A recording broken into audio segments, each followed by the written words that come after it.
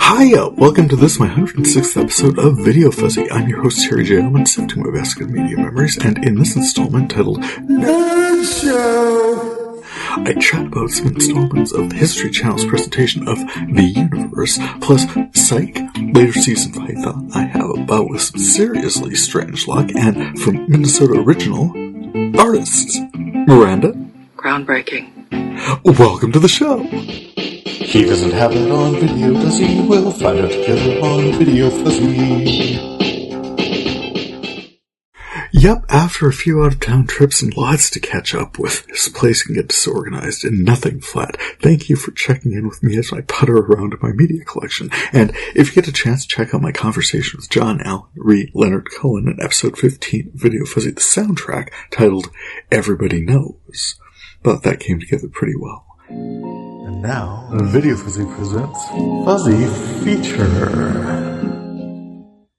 Yep, welcome to the Nerd Show! I know, in what way does this differentiate it? Well, for one thing, I kept meaning to, but it's unusual for me to comment on episodes of The Universe as they cross my screen. This time there were so many of them, it just felt unignorable. The Universe is 9 seasons of hour-long productions on the History Channel, narrated predominantly by Eric Thompson. I recorded a lot of these over the years, rough estimate probably 50 or 60 have turned up so far in my classic collection.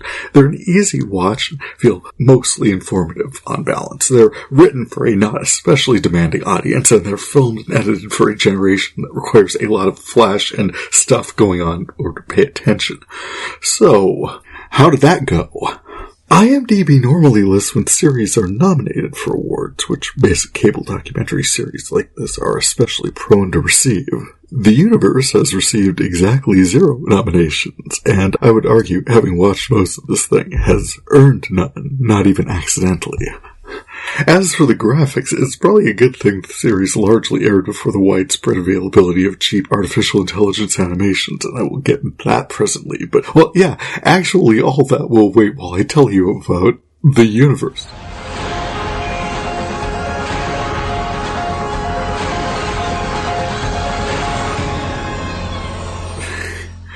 Let's start with not even all the ones that turned up this time. There was a 5th season installment that turned up on disc 1936 called Magnetic Storm. I felt was just a disaster porn.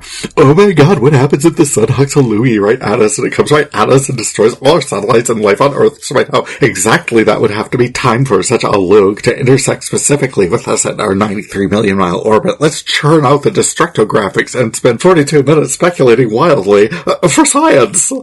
And then on disc 1946, we got a show so far at that moment on our exploration of Mars for about 5 minutes, and the rest was breathless speculation of Mars as the source for life on Earth. Seriously, History Channel settled out. Aliens. I thought I could hold off on those. Rather, I focused on really, sound direction, writing, graphics, photography, nominations flying in every direction. This thing can't catch a Webby.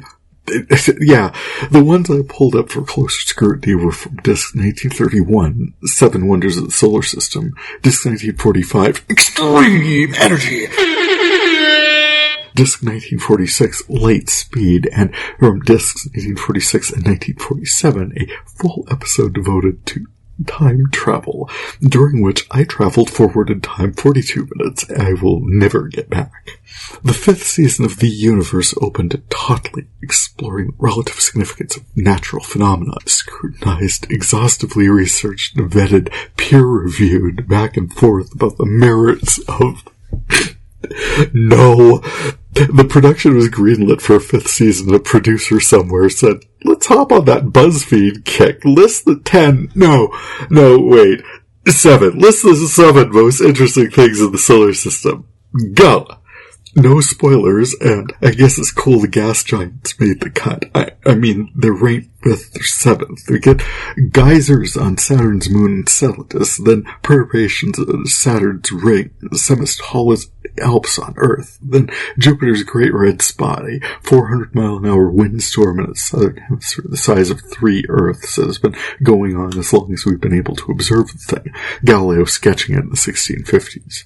They spent a lot of time on those geysers, and here's a good example where the production's addiction to CGI was just overwhelming at times. A generated approximation of the Encelada's surface is generated from several different angles. They then suddenly, without warning, they show a generated geyser emerging from a jagged, icy, and very generated landscape representing tiger-striped fissures at the moon's southern pole. Then another one, and then four at once, all estimated 1,400 miles an hour. Nope. Scratch that. BBC's Sky at Night magazine puts it at 1,300 kilometers per hour, or 800 miles an hour. Pin in that for later. All jetting hundreds of miles into space. This production incidentally dates this discovery to November 2nd, 2009, whereas Sky at Night has us alerted to it from the Voyager missions in the 1970s and late 1980s, and direct Cassini mission observations from 2005. They do show some, admittedly low-drama footage of Cassini's transmission to Earth that looks like, well, not much.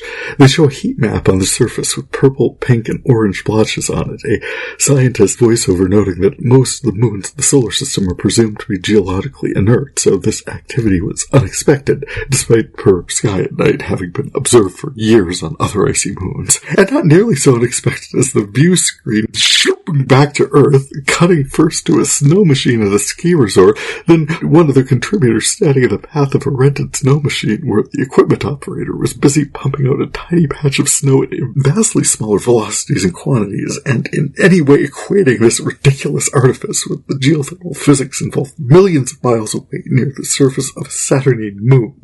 It's like a geyser from Enceladus! Not for the first time, but settle down, History Channel. They cut back to the CGI geysers and cite cryovolcanism from a cauldron beneath the moon's surface, then back to the scientists standing in not 800-mile-an-hour plumes, not hundreds of miles tall, stretching into space. According to IMDb, the production team thanked something called snow for parties. I might as well be standing on Enceladus right now! That scientist was Alex Filipenko, and yes, he is next shown squeezing a blue balloon they think they intended to sub in the moon, talking about scientists speculating about heat sources driving geyser activity, including possible radioactive decay, but mostly tidal pressures from its orbit around Saturn, and the by now de rigueur speculation about alien life developing there. Aliens. Alex? We don't expect complex creatures such as ourselves, rabbits, or turtles, he said, but even primitive bacterial or microbial life independent of life on Earth would be one of the greatest discoveries ever. And monkeys might fly out of my butt. Thank you, Wayne. I feel like you should probably just keep that clip in mind every time this production slips, as it does all too often and all too comfortably, into the subjunctive case. I mean, a non-zero chance is a chance, but I think the bigger mystery, absent a water cycle, is probably, as contributing scientist Greg Laughlin of UC Santa Cruz pointed out, this capacious reservoir supplying these endlessly renewable geysers spewing hundreds of miles into space, which the Cassini mission report confirmed forms what astronomers refer to as Saturn's second from outermost E-ring, which astronomers discovered in 1966.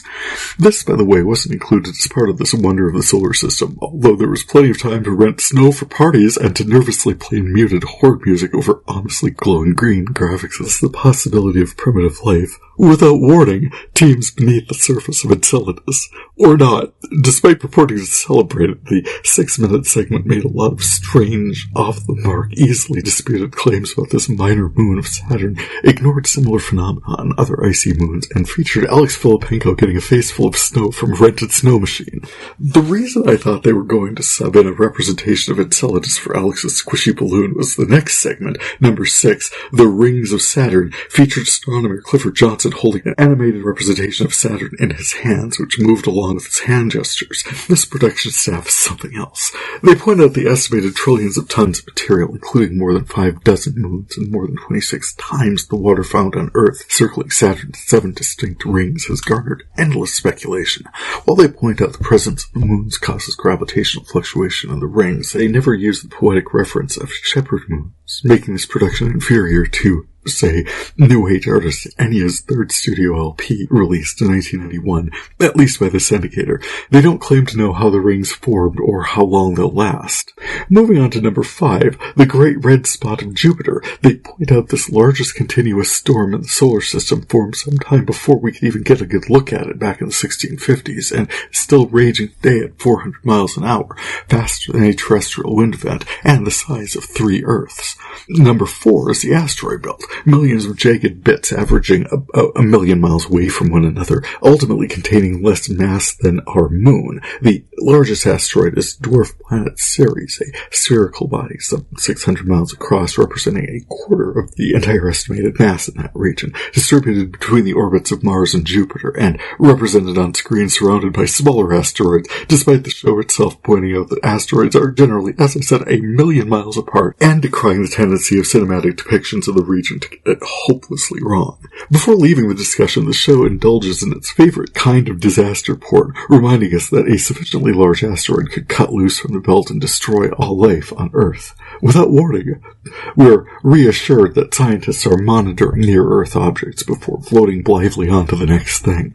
Which, there are a lot of candidates vying for these top spots, but the Olympus Bronze goes to Olympus Mons on Mars, the largest volcano in the solar system.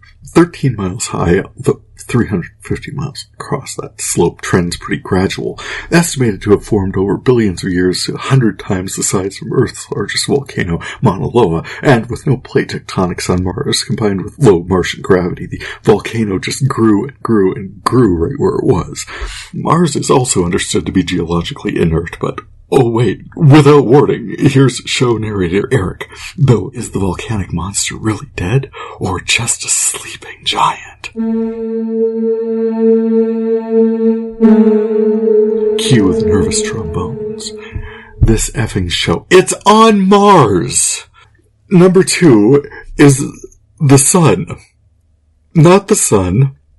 The surface of the sun, the photosphere, which is understood to be quite noisy, energetic, magnetic storms and coronal mass ejections, and we'll get into that further, but I gotta say, the chutzpah to suggest anything in the solar system is more significant than the sun is, well, start here, pretty arbitrary. I mean, you've ranked a big volcano and a thready rock pile ahead of 3 gas giant phenomena, and ranked all of these things ahead of, say, entire Jovian moons covered in volcanic activity in a subsurface ocean. Oh wait, actually, just off the top of my head, while taking notes on this thing, I wrote, the Oort cloud, the Kuiper belt, the ginormous heliopause, 200 miles of dense atmosphere of Venus contributing to its outrageous surface temperature of over 800 degrees Fahrenheit, the volcanic surface of Io, the subsurface oceans of Europa, the other way moons of Triton around Neptune, Phoebe around Saturn, or Prospero, Caliban, or Sycorax around Uranus,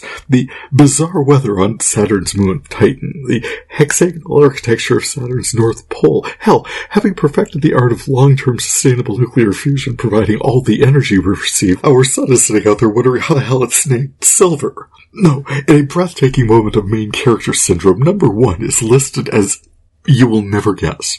There's an ice field on the surface of dwarf planet Pluto astronomers observed in the New Horizons mission that resembles a heart. I'm joshing you. Alex? The Earth, without a doubt, is the single greatest wonder of the solar system. The Earth is so perfect for our existence. There's liquid water, there's an atmosphere, there's comfortable temperatures. It's just such a great place. 2/3 covered by water, 10% covered by ice. Goldilocks distance for liquid water. Not too hot, not too cold. Right mix of land and ocean to support a vibrant and diverse ecosystem, brimming with wondrous beauty. 4.5 billion years ago, a disk of material in the habitable zone coalesced into us. We theorize life originated in hydrothermal vents during the era of heavy bombardment, our water from comets, our atmosphere oxygenated by photosynthesis eons before animal life developed. Ours is indeed the only planet we know of that has life. Technological advancement allowed us the means of exploring and appreciating these wonders, until Galileo could peer at it through a telescope with no access to Jupiter's Great Red Spot. Until special satellites allowed us to examine the chronosphere, we couldn't really study the sun all that well, and we had no real way of appreciating the wonder that is Enceladus Atlantis without the Cassini mission. But consider how otherwise ordinary this wet rock inhabiting a habitable zone is, specifically because something's inhabiting it. It's like survivor bias.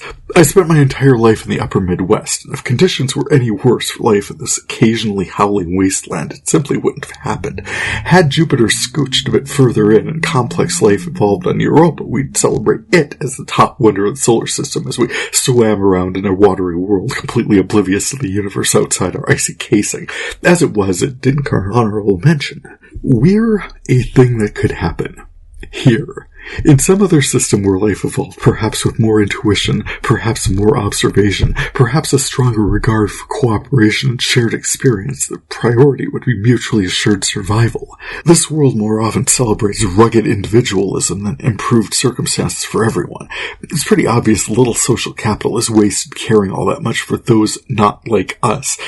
I think there was some idealized notion we were all God's children, but greed won out. Charity begins at home. God helps those who help themselves. Legal's taken all our houses and health care. Seriously, I'm fine with the next extinction asteroid. We failed. We seriously failed. America and humanity. We had a chance to elect someone willing to address our deeply broken immigration system, who had plans for health care and housing and education and energy, who, had been the top prosecutor for the state of California, and probably enforced laws Democrats didn't like, but was also a senator and been vice president, cast a lot of tie-breaking votes on critical legislative priorities. But because she was female and brown and laughed, this hidebound racist and sexist nation couldn't get over itself in sufficient numbers to support her. Instead, we got round 'em up and shoot 'em. Drill, baby, drill. Fuck science, fuck art, fuck your feelings, fuck you, president here. And his idiot supporters, fucking libtard, don't want my taxes, housing, illegals, giving all my health care. And it's like, what tax programs house undocumented immigrants? Seriously, some of the hardest working people in the history of ever. Nothing's free in this world. No one is being helped, not even citizens. Fool me once, shame on you. Fool me, I won't get fooled again. Power is meant to derive from the governed, and it doesn't. Every time these autocrats gain any kind of a foothold, they consolidate power into the hands of entrenched corporate leadership who don't give two shits about democracy. They want to run the country like they run their damn business. If I don't like something, it just stops. If I don't like funding foreign aid, f*** your laws, it just doesn't happen. Yeehaw, chainsaw, skipping like a dipshit. And if I don't want you here, you'll die in El Salvadorian slave camp or disappear into a swamp in Florida, land of the f***ing free. America was this idea where, living with a native man, I'll just say this nation's history is dark. World history is dark. It could be so much better. We could care about sustainability and working together to work together better instead of it all being about me and looking after my needs. Everyone else fuck off. It could be about empathy, understanding first and foremost that everyone else's needs are as important as our own, not just dismiss everyone else's non-player characters who are all just impeding our individual past existing as a trillionaire. Oh, look, someone's doing it. Someone's just about there. Aren't we all excited for him? That is mahogany. All of human history has now come down to watching us pack all the wealth, resources, and wherewithal sufficient to solving the needs of 8 billion people into the back pockets of about 8, snarling about government largesse while shredding the last moments of goodwill towards each other. Oh, and someone just posted another GoFundMe to help with their daughter's cancer treatments. Best check make sure Elon doesn't need that too before we waste it on like one human life or something. Greatest wonder of the solar system right here. Actively destroying the only home we're ever going to have, even with technology capable of assessing the damage and potentially mitigating it, but choosing not to because it's God or something. Greatest wonder of the solar system. My way is the only way. Yeah, hate-filled insects bending on advancing our own cause at zero-sum destruction of everyone else. Greatest wonder of the solar system. Seriously, if we don't manage a groundswell reorganization of society, and soon, KT2 can't come fast enough. Maybe the ants will get it right the next go-round. As for us, we're clearly screwed. 7 wonders of the solar system. I already discussed how arbitrary, short-sighted, and unevenly sourced I found it to be. It's possible the show simply doesn't understand how rankings work. I mean, it's never received any. I also sat through extreme energy. Taking energy to the extreme. All right, History Channel, settle down. On discs 1945-1946, I found the 4th season finale, Extreme Energy.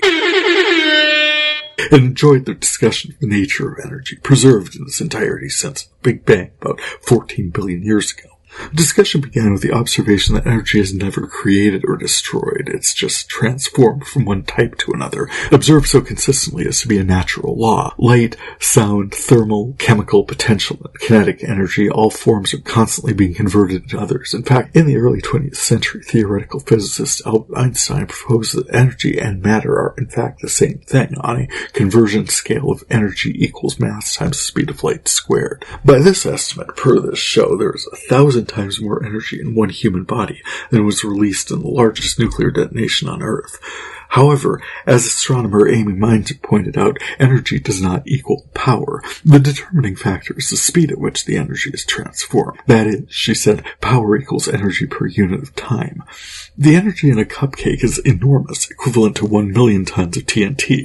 Well, she said, cupcakes don't detonate like that. You can only really access 200 calories of energy, which itself can only be used so quickly by our bodies, whereas the energy potential of actual TNT can be released in a millionth of a second. So TNT has much more power, even though it has the same amount of energy. They then cut to engineer Twangy McSplainy, who comes in and says the exact same thing about 1,000 calories worth of pizza. Thank you, Guy Splainer. I mean Travis Taylor. He even explained it wrong, saying you get way more energy as opposed to power from the TNT. Feels like the show's editors would notice that given the proximity of these observations, but oh well. Travis tells us that any given second the sun's emitting 10 to the 26th watts of energy, which is a 1 with 26 zeros, which is an incomprehensible amount of energy, even just the amount that's falling on the Earth's surface every second of every day, because when the sun goes down it's still there and the Earth is still getting sunlight. I wish I didn't feel like I needed to say that. Estimated as equivalent to 400 billion nuclear explosions, which again is completely incomprehensible amount of energy released. And oh wow, but okay, there's a reason this is a basic cable presentation, but he went from saying the sun releases 10 to the 26th watts per second to saying that's how much energy we receive from it per second. My dude, the sun radiates that power in every direction. There's no way 93 million miles removed we are receiving all of the energy the sun produces. Can you imagine what that would look like? This Earth-sized laser beam. Google estimates we actually get 174 petawatts in a given moment. That's a 1 with 15 zeros, and a third of that is reflected instantly back into space. So calm down, Travis. The reason to bring it up is the sun's primary source of all our power. Some is inherent to the Earth's mass, itself a remnant from the formation of the solar system 4.5 billion years ago. But yeah, the gigantic fusion reactor 93 million miles away pumping out 10 to the 26 watts of power every second in every direction, Travis, is our primary source of energy, including energy stored in fossil fuels. Amy did a little Tesla commercial here, pointing out that cars can also run on solar energy directly.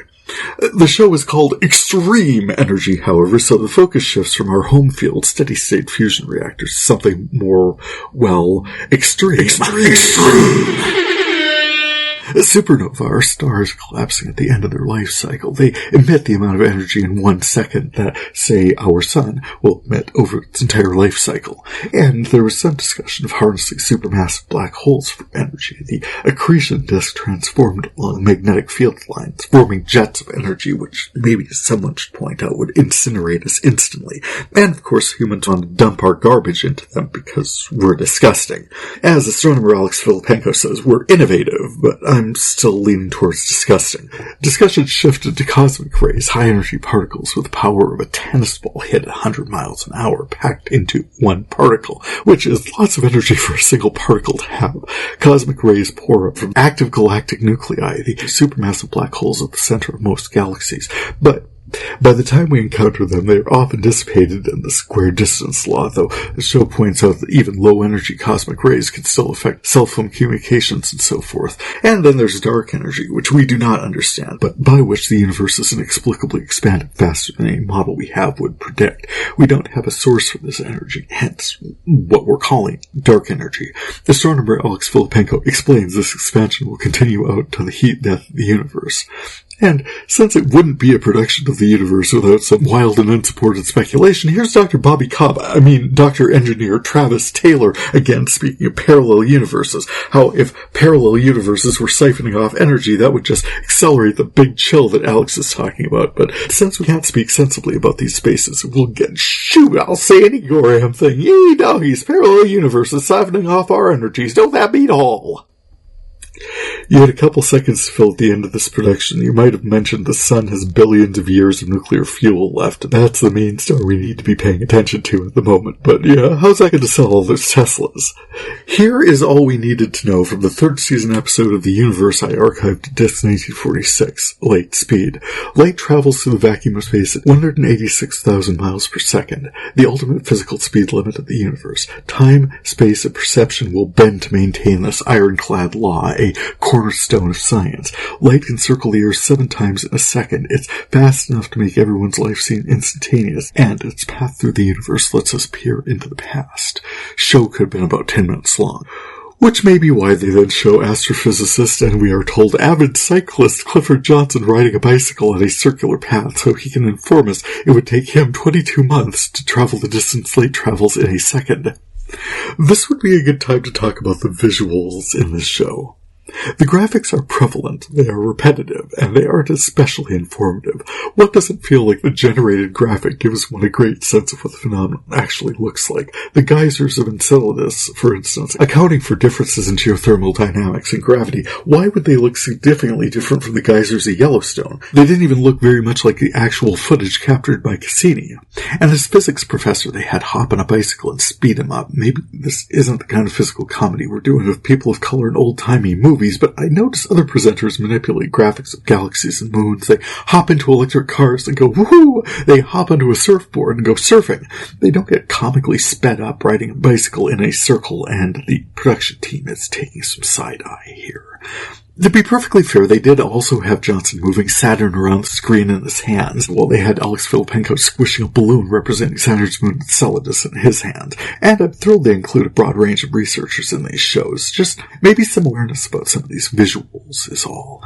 There was additional information as the show got into the limitations of light speed. The Apollo missions experienced the lag of radio communications between Earth and the Moon, a built-in lag time of 3 seconds for every transmission as it traveled from sender to receiver. It takes 8 minutes for light to travel the 93 million miles between the Sun and the Earth. It takes 44 minutes for a signal to travel back and forth from Mars. It takes 3 hours of the Cassini mission Saturn, and in 2010, the Voyager 1 signal lag was 29 hours. Google says it's 45 hours now, nearly 2 days. The next closest thing we're aware of is a red dwarf called Proxima Centauri, which is 25 trillion miles, or 4 light years. A light year, the distance light travels in a year, is about 6 trillion miles. This was the view into the past I referenced earlier. The star system Sirius is about 8.6 light years away. As Griffith's Observatory curator Laura Danley says, that means we see it not as it is today, but as it was 8.6 years ago. And by extension, we see Vega as it was 25 years ago, and Betelgeuse as it was 500 years ago. The time it takes for light to reach us from different celestial sources allows us to gain information about obstacles along the way via gravitational lensing. It allows us to peer backward in time. As we view objects from 13 billion years ago, we are peering into the origins of the universe itself. To illustrate this, some production assistant provided Danley with a scrapbook and random glossy photos of the night sky to pantomime assembling a photographic history of the cosmos. Each photo shows something equivalent to its look-back time, back to the background radiation left over from the Big Bang, the Crab Nebula as it looked 6,500 years ago, the galactic core as it looked 26,000 years ago, the Andromeda Galaxy as it looked 2.5 million years ago, which she assures us is practically yesterday on a cosmic scale. The obvious implication was arranging baby pictures of the universe in a scrapbook, which, well, okay, they did have Amy Mines zip around in a Tesla, and this does help illustrate the kind of work a curator might do at an observatory. I admit it was an effective illustration and it made that information pretty accessible, but again, image-wise, it just struck me as a bit sexist, is all. Danley tells us for about 90% of the look-back time, the album is filled with common galaxies. She showed two galaxies colliding from about 500 million light-years away, so we see what they looked like 500 million years ago, but we don't have any kind of window on how they look right now. So, for 12 billion years, we've mostly had galaxies in their ordinary forms. Peering back further, we see proto-galaxies, and via redshifting and gravitational lensing, we can see even further back in our cosmological history. The most distant thing we can see, the light horizon at 13.7 billion years, we see first light emitted, which it took time for atoms to form, coalesce into stars, and emit light, so what we can see is the cosmic background radiation. It's fascinating. Then on discs 1946 and 1947, I encountered the 5th season episode, Time Travel. Okay, so we know on a practical level that time travel has happened, mathematically, acknowledged by President Nixon greeting our returning astronauts. As astronauts and cosmonauts achieve escape velocity, they move closer to the speed of light and become measurably unmoored in time, in this case, a 50th of a second or so from the future, which is a singular experience in the range of human existence. Most of us travel much more conventionally in time, like I did as I viewed this yowza what-if speculative piece that showed B-roll of scientists pretending to go back in time, meet their grandparents, talked about black holes curling time and space back onto itself in an endless loop, and wormholes, and how the theory of relativity doesn't actively forbid time travel, which could therefore totally happen. Wade? And monkeys might fly out of my butt. This is going to be such a useful clip. Look, whether we ever manage to produce and harness the levels of energy required to sufficiently warp our space-time experience into a useful portal to travel back in time, probably to stop ourselves from doing that in the first place, what guarantee do we have that a change at all makes it impossible that such a discovery would be made? Argument from existence. If any change a traveler makes disrupts the development of time travel, it doesn't happen. Argument from entropy. Carrying information from future events could disrupt them. The argument from expense. The alternate timelines require physical reality in which all things are duplicated into new timeline, each of which must absolutely exist, despite the argument from extreme energy. That energy can't be created or destroyed, mass equals energy, and therefore bringing a whole alternate reality into being by making one change violates that law. People make decisions all the time that change their entire world, absent which the universe would progress in markedly different ways. It's just, that's the order we observe. Lily Tomlin in the 1980s asked, what is reality anyway? A collective hunch? The quantum-born suggestion that we're all sort of aware of our surroundings, but no one can be absolutely sure about everything, so we assert some truths and we accept some uncertainty and we go about our lives. Time travel asserts that we know enough about any situation we can feel confident about changing it. It's very true everyone feels they know what's going on, and everyone's pretty sure everyone agrees with them about who's causing the problems and why. If you listen to these people for any amount of time, not all of them, but most of them, based on the information the average person has access to and can reliably apprehend, begin to suspect that they really shouldn't be in charge of much. So our leadership hallucinates situations where they've approved high-tech fix-em-up health pods for hospitals that totally exist. They envision themselves climbing into the cockpit of a fighter jet and dumping sewage on protesters. At no point in either process does anyone step forward and suggest, hey, maybe this makes us look dumb and we shouldn't do this. Or, at any rate, that instinct was ignored and it happened. All of this to keep us all distracted from drastic cuts to medical spending, food assistance, people in need, and a decimated civil service, from destruction of the East Wing of the White House, from some great Gatsby-themed party in Mar-a-Lago, and, oh yeah, some unfortunate, rather florid imagery now lodged in my mind's eye regarding past and current presidents. I'm not supposed to remember when Elon turned his army of snot-nosed tech bros loose on our data and what's probably happened to it. Oh, dude, that was months ago. Look over here at this pajama party Britney Spears had with Kim Kardashian. The slapdash proliferation of AI is meant to make us doubt what's real. The constant distractions are meant to confuse and demoralize us. I watch science programming because I want a discussion of the universe as it is, reality as it is. I don't seek out artificial, augmented, subjunctive, or speculative reality because I'm basically trying to keep up with what's actually going on.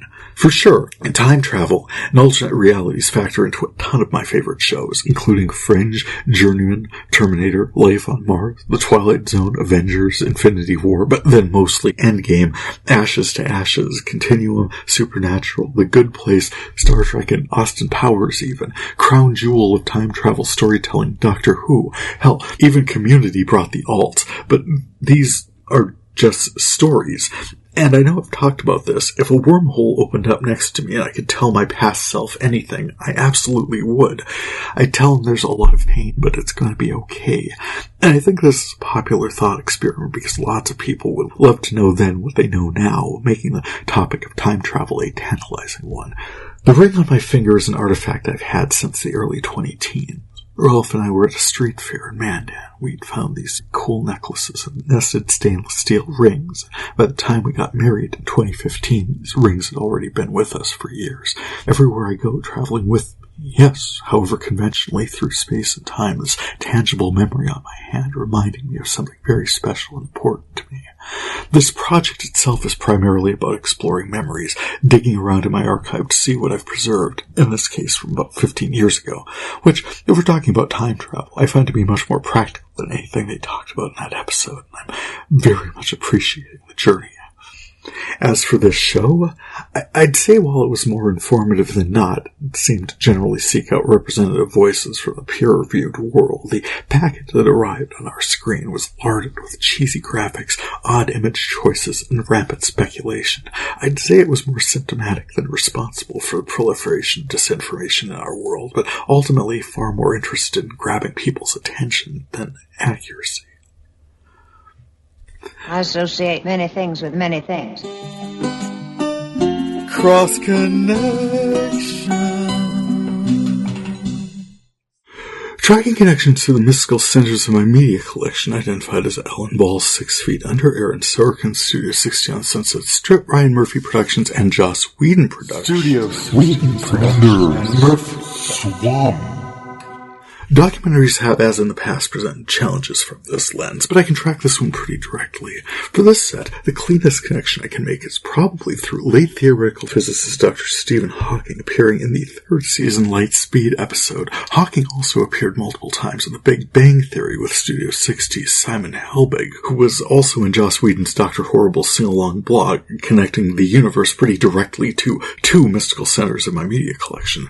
Getting more show-specific, well, Eric Thompson narrated practically all of these in its 9-season run. I had to scroll back a ways through a lot of narrator credits, actually, but I found Thompson credited alongside Eric Stoltz in 1998's A Murder of Crows. Stoltz appeared in Bull alongside Freddie Rodriguez of 6 Feet Under, as well as in Close to Home with Christian Kane of Joss Whedon's Angel. In other connections, I was astonished to see Savion Glover being interviewed and performing on an episode of The Colbert Report. Glover was the lead in Spike Lee's Bamboozled, which I talked about in episode 74, and mostly 75 of this project, since the recording was split across 2 reporting periods. In 2010, Glover came on celebrating the art of tap, and Colbert featured Glover and his troupe in a joyous and challenging performance segment. Absolutely fantastic. Another almost glancing cross-connection, I ran into the Comedy Central roast of David Hasselhoff on Disc 1940, itself not much distinguished from the others in this genre, except that this one was hosted by Seth MacFarlane and naturally included past honoree Pamela Anderson. I think I speak for everybody here when I say that what we remember most of all about you is Pam Anderson's tits. Whose presence MacFarlane highlighted in the voice of his Stewie character from Family Guy. There they are. Pam Anderson's tits are right there. This would all be just a thing that happened in 2010, except as mentioned in episode 105, and I got to see it in theater, MacFarlane directed her as Beth Davenport in his Naked Gun remake opposite Liam Neeson as Lieutenant Drebin, so, well, that was fun too. This set, I also encountered acknowledged Golden Thread Dean Norris in a first season episode of The Glades. I found Neil Grayston of Eureka, as well as Golden Thread René Auberjonois in a second season episode of Sci-Fi's Warehouse 13, Auberjonois playing an utter loon. A bit of housekeeping. I think I've generally traced Mad Men from Elizabeth Moss and her role in The West Wing, one step removed from Studio 60 on the Sunset Strip, and then Vincent Kartheiser and Angel and Christina Hendricks from Firefly, both Joss Whedon productions, both of whom I mentioned as central back in episode 62, and to be fair, those shows only acknowledged as themselves being mystical centers of my media collection from episode 94 and beyond. I caught Rhea Perlman of Cheers playing T-Brain's mother in a second season episode of Hung on HBO, Bruno Campos of Ryan Murphy's Nip Tuck in a sixth season episode of The Closer. I got Tom Skerritt of Brothers and Sisters and Cold Thread Bruce Davis in the third season episodes of Leverage on TNT. I had Bob Gunton of Nip Tuck, also Trial and Error, and friggin' Michael Rappaport as terrible TV executive also in Bamboozled, as well as Prison Break and a corrupt cop in Only Murders in the Building. I got both those guys showing up in second season episodes of USA Network's medical dramedy Royal Pains. Robert Patrick of Peacemaker, then also Robert Wisdom showed up in fourth season episodes of USA's Burn Notice. I highlighted Robert Wisdom last time my exploration of ABC's Happy Town. Also in USA, I ran into another appearance by Gregory Itzen in my collection, this time in Covert Affairs. Itzen also had appeared with Jean Smart in 24, and I encountered her, speaking of USA Networks, on a fifth season high school reunion episode of Psych, alongside John Michael Higgins, more prominently in my collection in the Christopher Guest production of A Mighty Wind and episodes of NBC's Community. Psych's fifth season also gave us a drag racing episode featuring Derek Hamilton, who I may have more to say about this presently, but dropped me right down a rabbit hole with his IMDb listing, appearing in so many things once, including Millennium, The Shield, True Calling, Dead Zone, V, I mentioned Psych, Supernatural, Continuum, and Strange Luck.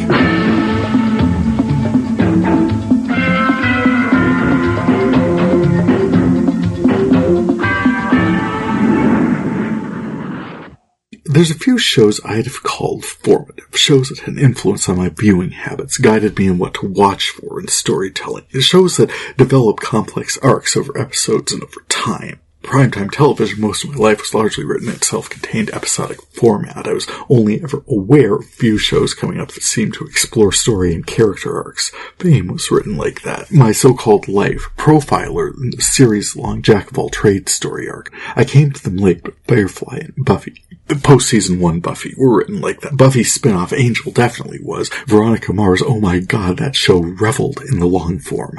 Strange Luck laid it out like a quest element from the pilot episode Soul Survivor.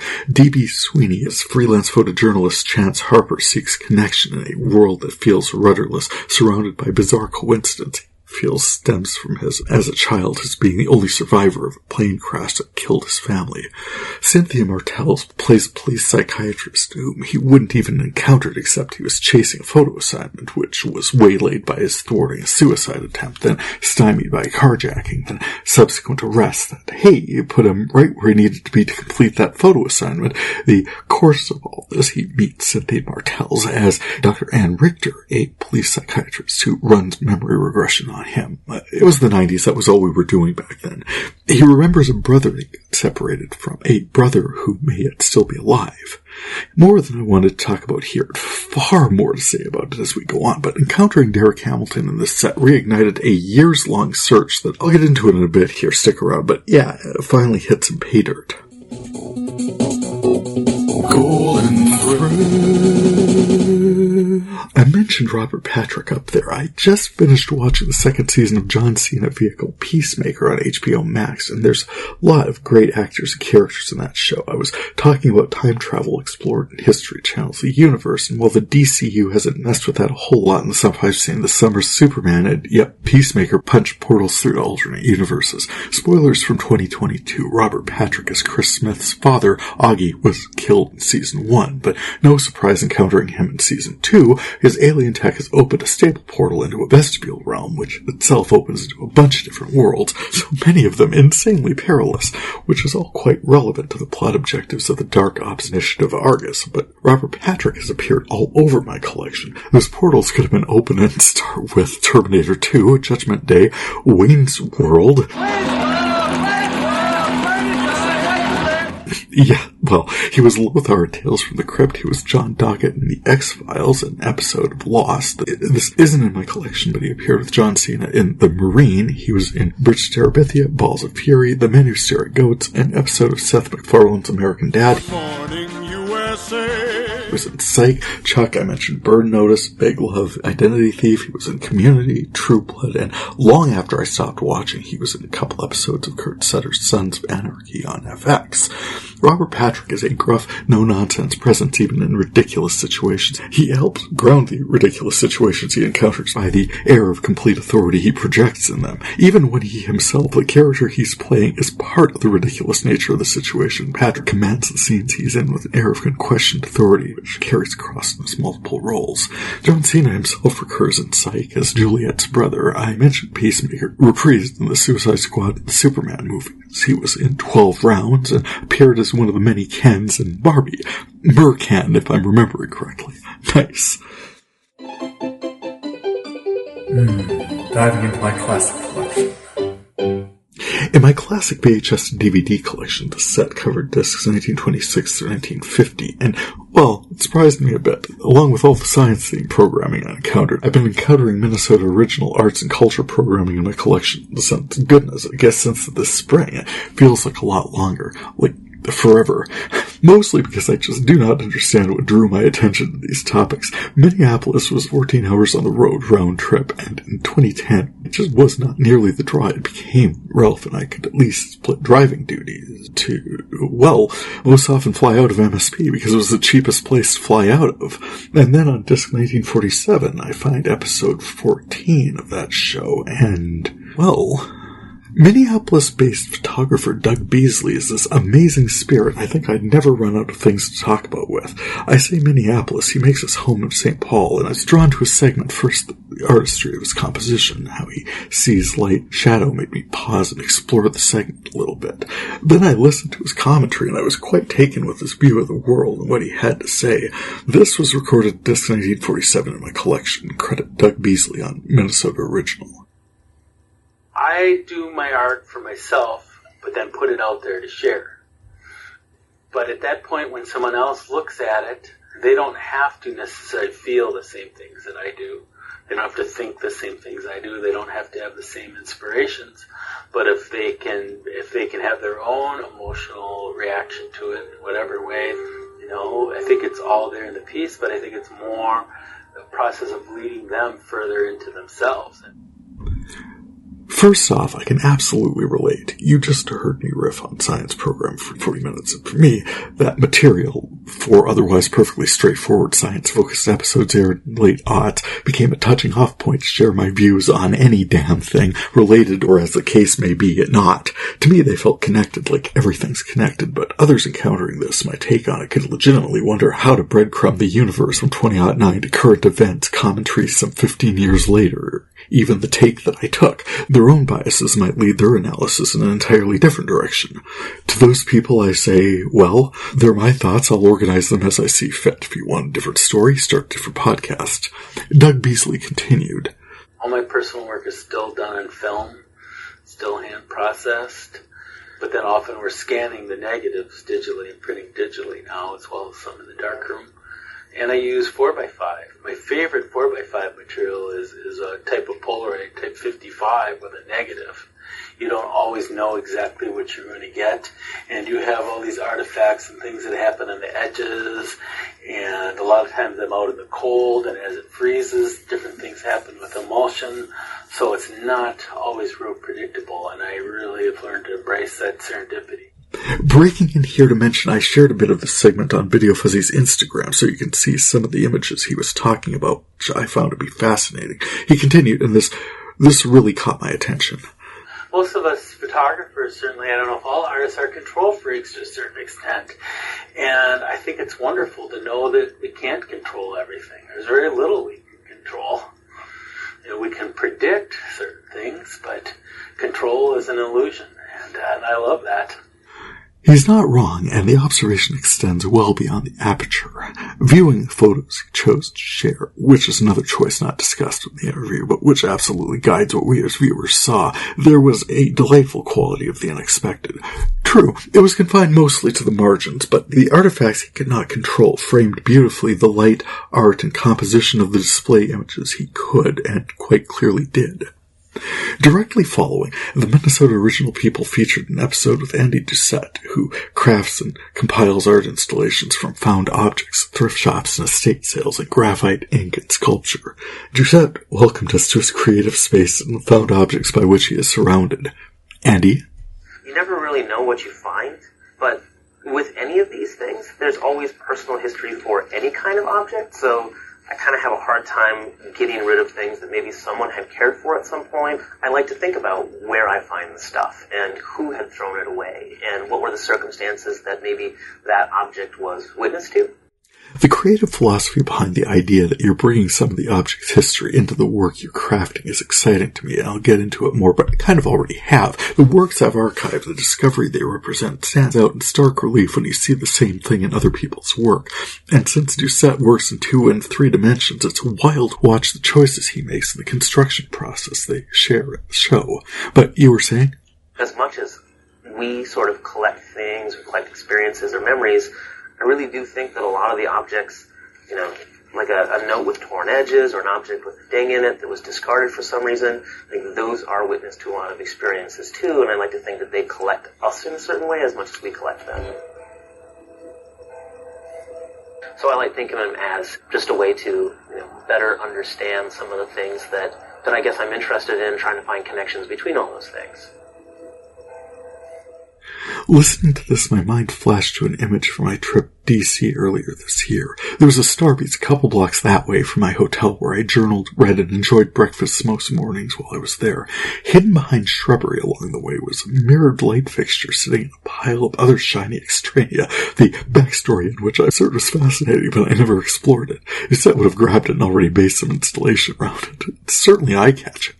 As for what struck me encountering this interview segment, I do not pursue this project except that I'm finding connections within my media collection, with my personal life, with the world in general.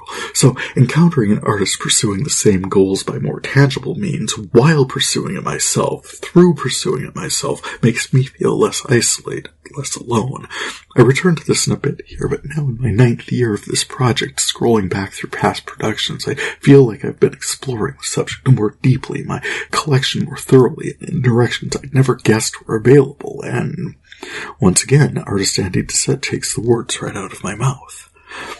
The directions that I'm working on right now are really a result of years and years of working towards this point, and in the future, what I'm making will not have been possible without the things that I've been making right now. Truly, madly, deeply. In other collection finds,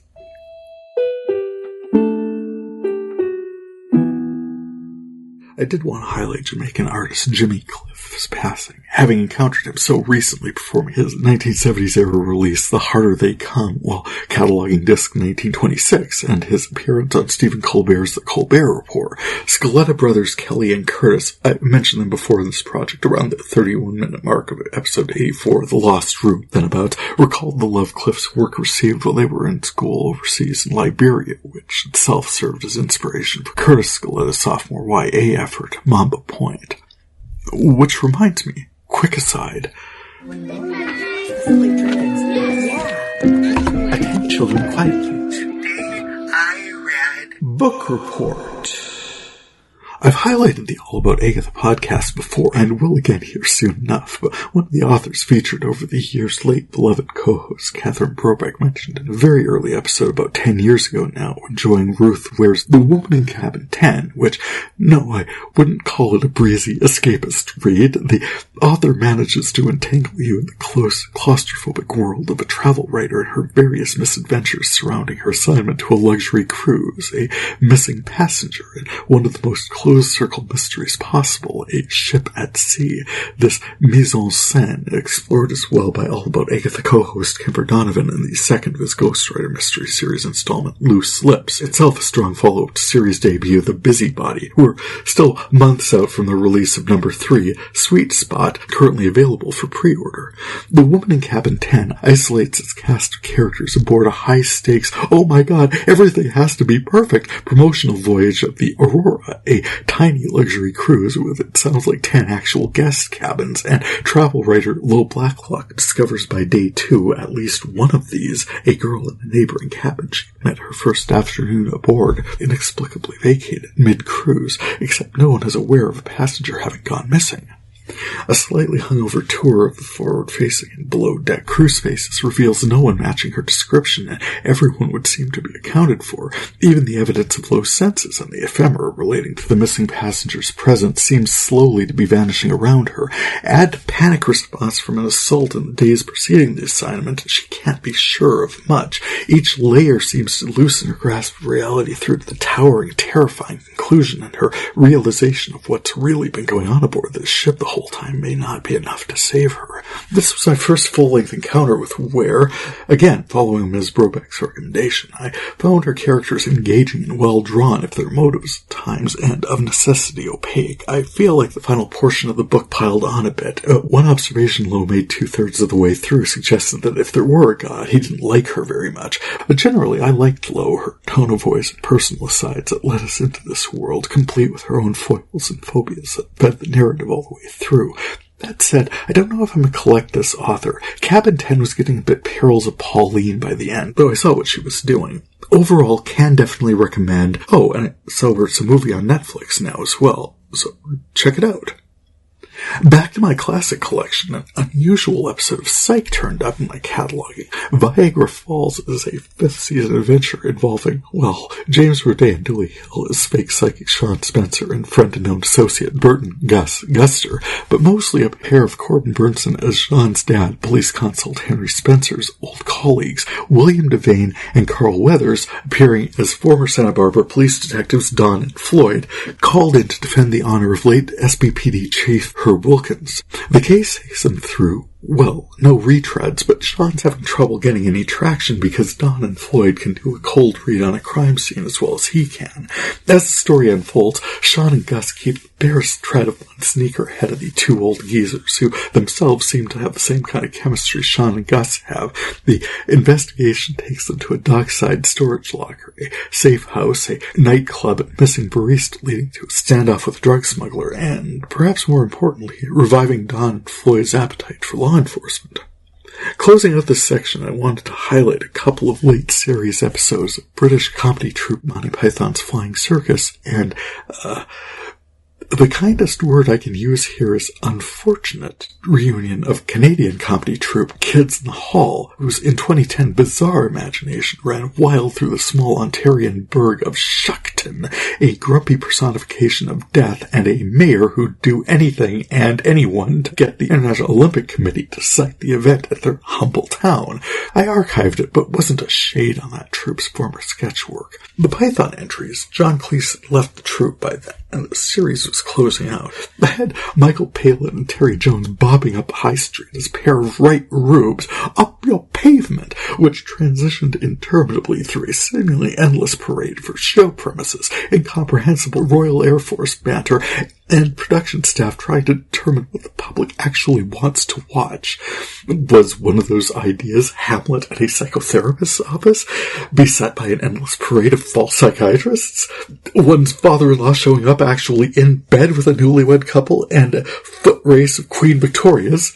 Or a worst family in Britain competition? Because they did air these things, and I can't say I was especially moved.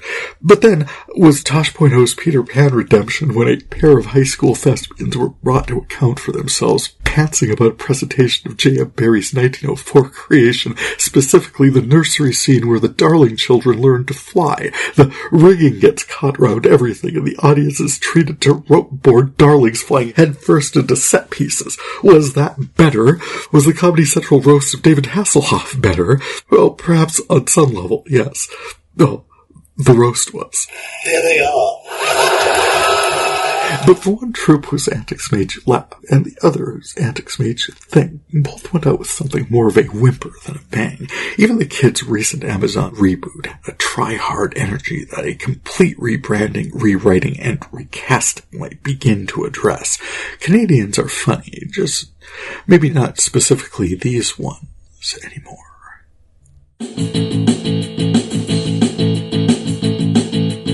Checking out my current collection.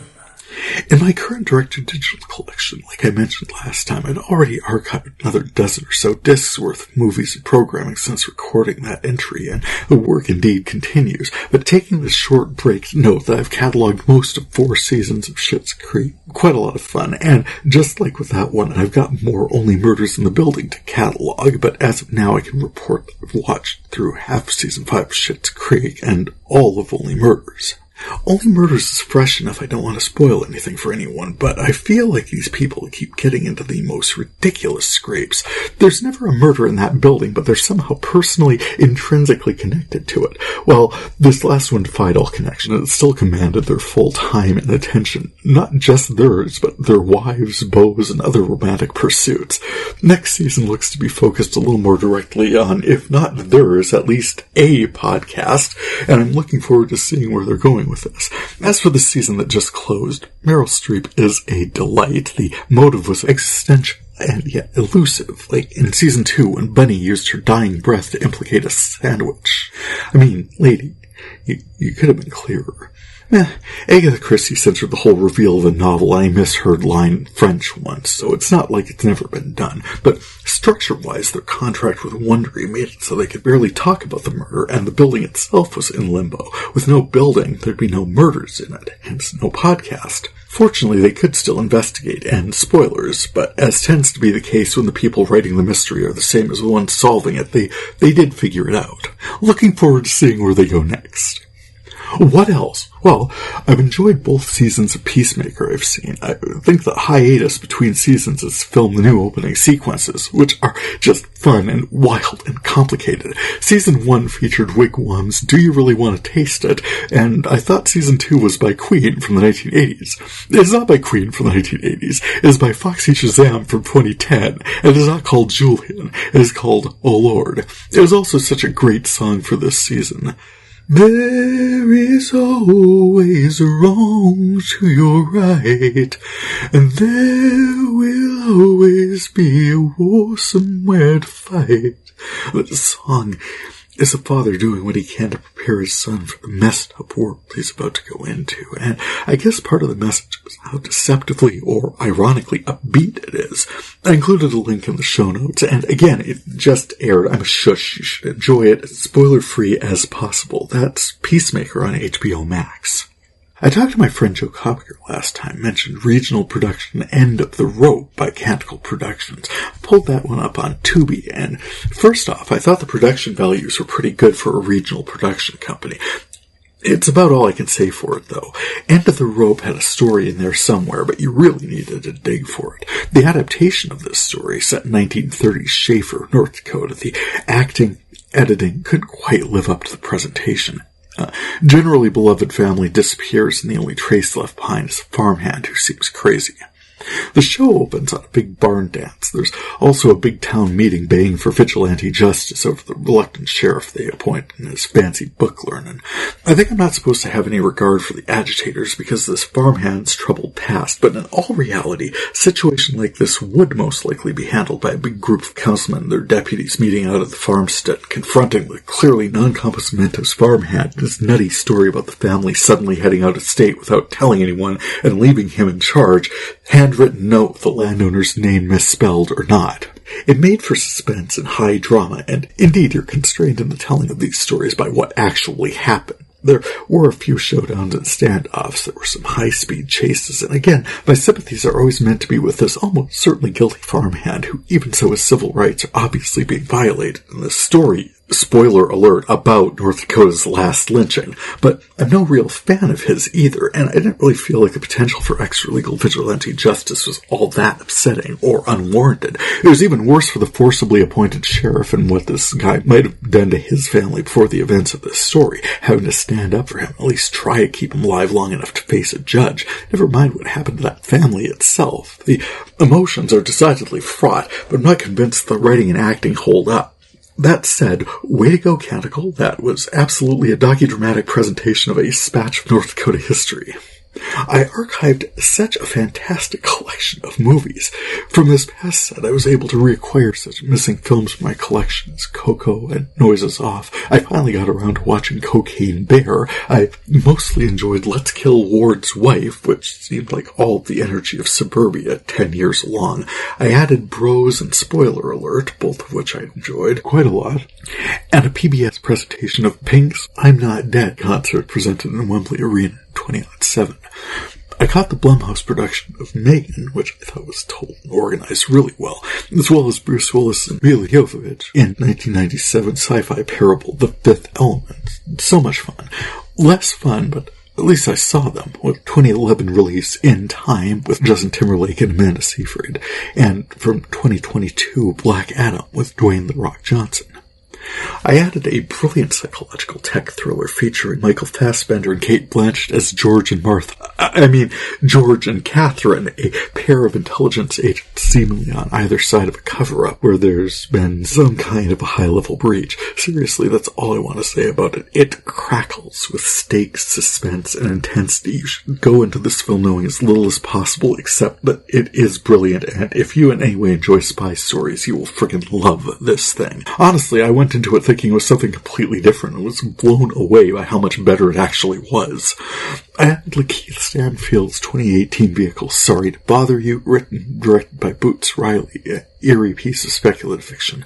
I got classic productions of Ivanhoe and Taming of the Shrew, very nice. Added Compulsion, Charade, supporting characters, a Hunger Games prequel, The Ballad of Songbirds and Snakes, and in 2022 celebration of animated anthro heist caper, I added The Bad Guys.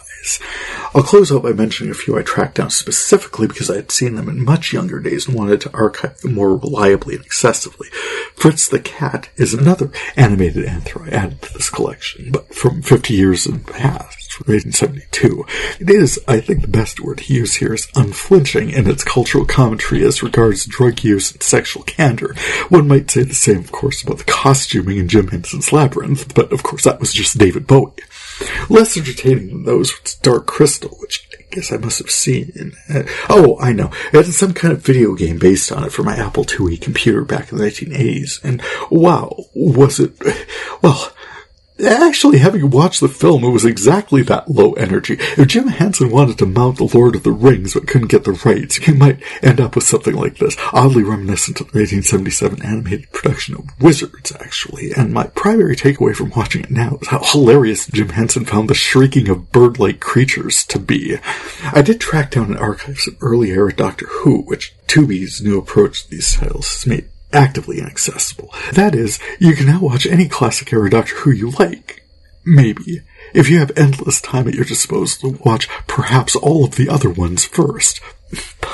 This is neither here nor there. They're not even running them in order. They're showing any story from any Doctor. Well, when I discovered this, they were focused on the fourth Doctor, Tom Baker's era, but they were showing them in any order they pleased, trying to keep up with who was along. Leela, Romana 1, Romana 2, Sarah Jane Smith, some with Harry even. I guess I did enjoy seeing Poor's establishment of Sutex, given that storyline's recurrence in the Chugawa era, but never mind. I feel like until I'm done cataloging my classic collection, I have no real interest in archiving random classic Doctor Who stories. Sorry, Tubi, you lost me. What I've been watching. In what I've been watching, first and foremost, the third entry in Rian Johnson's Knives Out Whodunit series will be on Netflix December 12th. You know where I will be that day. Daniel Craig's detective character Benoit Blanc is one of the most exciting creations I've ever witnessed, and I love that these movies have done well enough to get the productions that they do and the cast that they draw. Along with Craig, Knives Out 3, Wake Up, Dead Man, stars Glenn Close, Josh Brolin, Kerry Washington, Mila Kunis, Daryl McCormick, and Thomas Hayden Church, and I am so looking forward to this. Spoilers forbid me chatting much about Wicked for Good and Zootopia 2, except to say that if you enjoyed the first ones, you will enjoy the second ones. The movies are first-rate, but I'm so excited to share what I've been watching over the past couple of weeks or so has been Strange Luck, hosted by the Videos and Memories YouTube channel, which, along with tons of nostalgia fare like classic TV theme songs, pro wrestling, TV movies, Superman and Wonder Woman clips, production. That channel, the Video and Memories YouTube channel, has posted 15 of the 17 episodes as originally aired on Fox.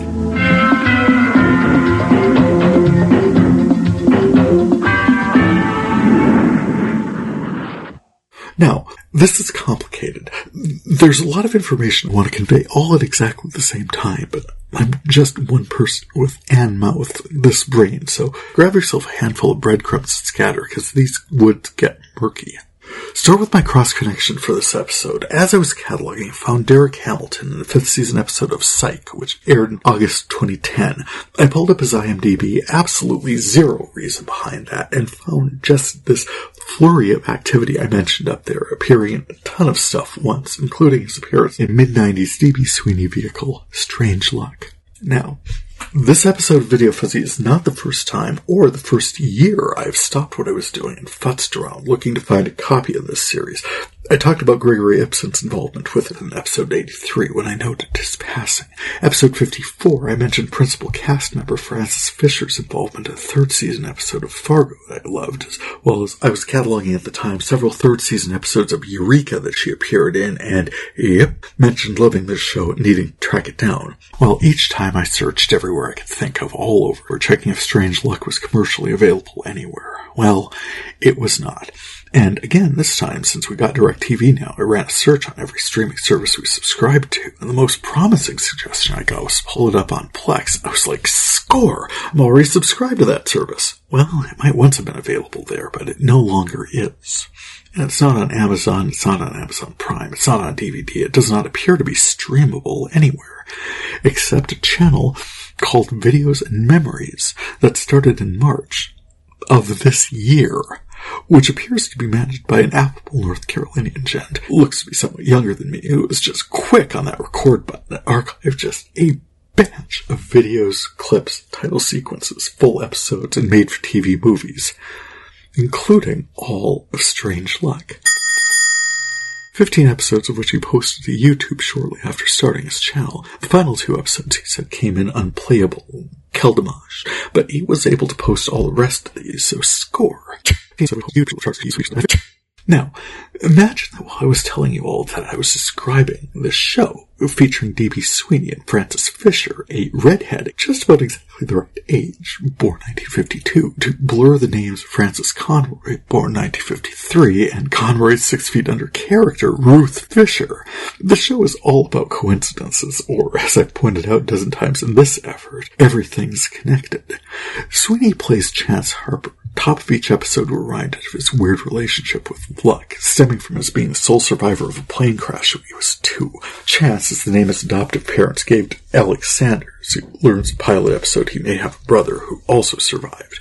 Everywhere he goes, something is always happening, be it car crashes, apartment fires, bank robberies, spontaneous childbirth, you name it, it's happening. So he decides to carry a camera around to make a living at it. When we meet him, he's freelancing for some newspaper. His editor needs him to shoot a picture of a philandering politician. The exact sequence of events that follow are the only means he'd have of being in central booking at exactly the right time, but they involve him being distracted by a distraught woman intent on self-harm, leading to a ride-along with police officers returning from her rescue, waylaid by a carjacking off a bridge where he's mistaken for the shooter by responding officers, who arrest him and get him to the precinct where, what a tiny little world they have happened to be processing the philandering Politico, pulling the pillowcase from his head to take his mugshot right when Chance is being set free for the misunderstanding.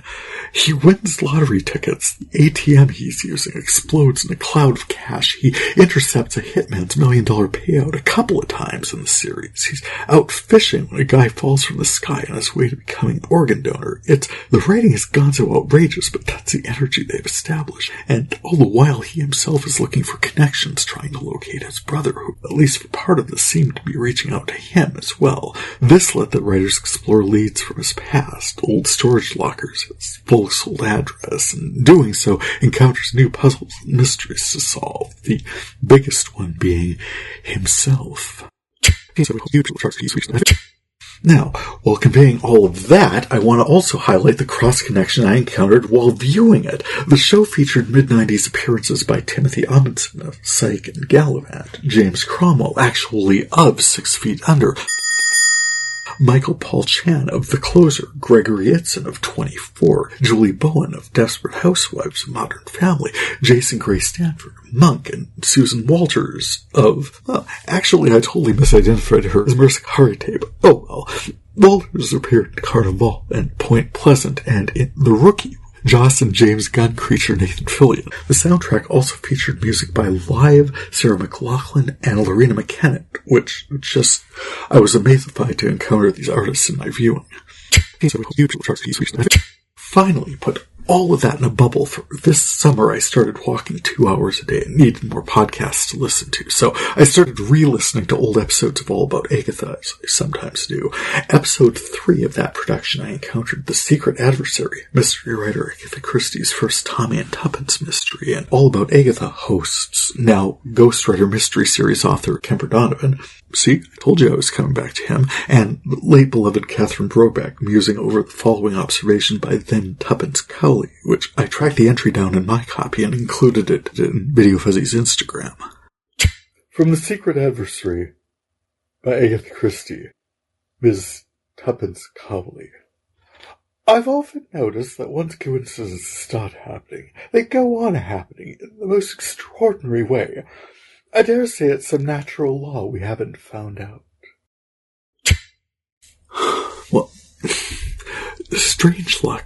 The strangest of luck. First, that I was even prompted to look for this show again, and then to find it in a format that wasn't available at any of the other times I looked for it on this new YouTube channel I found. This guy also out here sharing his media memories, and now having shared that, you can all go there seeking out clips of shows maybe you've been looking for your entire adult life. That's Videos and Memories on YouTube, and check out his 2 cents entries as well. He is a hoot.